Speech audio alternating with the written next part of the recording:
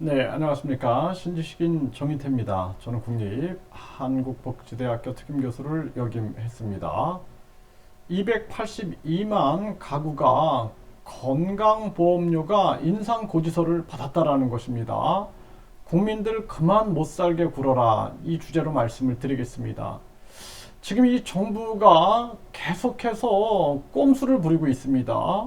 그래서 건강보험료뿐만 아니라 또 이 보유세다 그래가지고 계속해서 국민들을 괴롭히고 있는 거예요.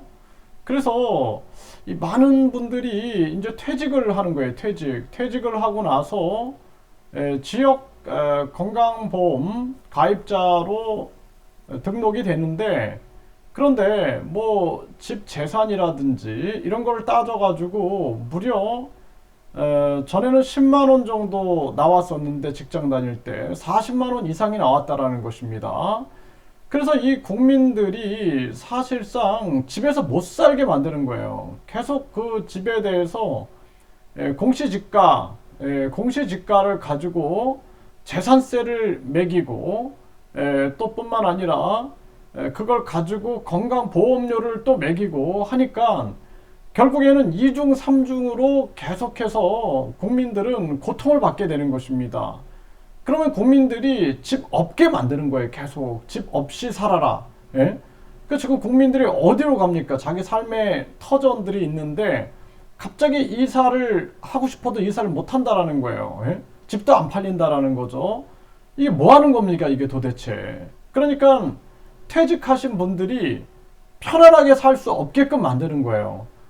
1인 가구에 대한 재산세라든지 또는 이 종합부동산세는 다 폐지해야 됩니다. 그리고 건강보험료도 그 집 재산, 그걸 집을 1가구인데 그걸 재산으로 보고 계속해서 이렇게 올리면 어디로 가라라는 거예요. 뭐 시골로 내려갑니까? 만 연고지가 없는데 어디로 갑자기 가냐라는 거예요. 많은 사람들이 정말 이거는 우리나라 이 국민들을 계속 이렇게 한 부분 해가지고 계속 죽이고 있는 작업을 하고 있다. 그래서 지난 3년 동안 전염병으로 인해서 건강이 약한 사람들, 또 전염병 예방약 통해서 얼마나 많은 사람들이 또 죽었습니까? 또 이제는 금리를 가지고 대출받은 사람들을 죽이고 있어요. 그리고 이제는 퇴직한 사람들에게 이 건강보험료 폭탄, 또 일가구들, 또 그 종합부동산세 폭탄을 던지고 있는 거죠.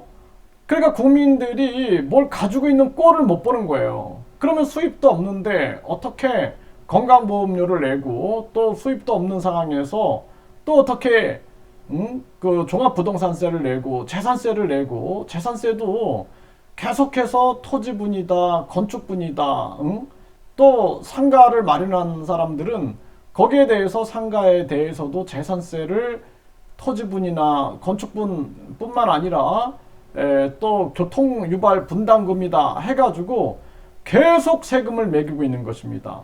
그러니까 국민들이 2중, 3중 세금을 계속 내는 거예요. 소득세를 내고, 또 종합소득세를 내고, 재산세를 내고, 종합부동산세 내고, 연동해가지고 건강보험료 또 올라가고, 이런 식으로 계속 내는 겁니다. 그래서 이분 같은 사례를 보면은 이 공시지가, 공시가격이, 공시가격을 선진국들은 실제 가격, 시가의 한 50% 밑으로 잡습니다. 왜냐하면 변동성이 있기 때문에. 그런데 이거를 이렇게 높게 잡아놓고 지금 집값은 떨어지고 있고 집은 안 팔리고 이런 상황에서 종부세를 계속 이렇게 매기고 있는 거죠. 근데 이 지금 종부세 해당자들은 그나마 집 있고 이런 사람들이니까 이 목소리라도 내니까 이 언론에 나오지, 지금 서민들 같은 경우에는 완전히 지금 죽어가고 있어도 언론에 하나 다루지 않는 겁니다. 이게 아주 심각한 문제가 아닐 수가 없다라는 거예요. 이게 정말 이 가슴 아픈 이 대한민국의 현실이다라는 거예요. 지금 여기도 보면은 뭐 이 건강보험 이거에 대해서 나오고 있는데 이분이 10만 원을 냈다라는 거예요. 그 직장 생활할 때는 10만 원 정도를 냈다라는 거죠. 월 300만 원 급여를 받을 때는 한 달에 10만 원 정도 빠져나가는데 지역 가입자가 됐는데 이 무려 40만 원대가 나왔다라는 거예요. 40만 원대. 그래서 왜 그러냐 그랬더니 이 부동산이에요. 부동산을 가지고 보험료 산정. 그러니까 자동차라든지 또는 그분이 가지고 있는 집이라든지 이런 거를 산정해 갖고 보험료를 매기니까 완전히 죽어나가는 겁니다. 국민들이. 네, 이게 아주 심각한 문제가 아닐 수가 없습니다. 그래서 이 국민들이 계속해서 야금야금 국민들을 괴롭히고 있는 거예요. 이 정부가.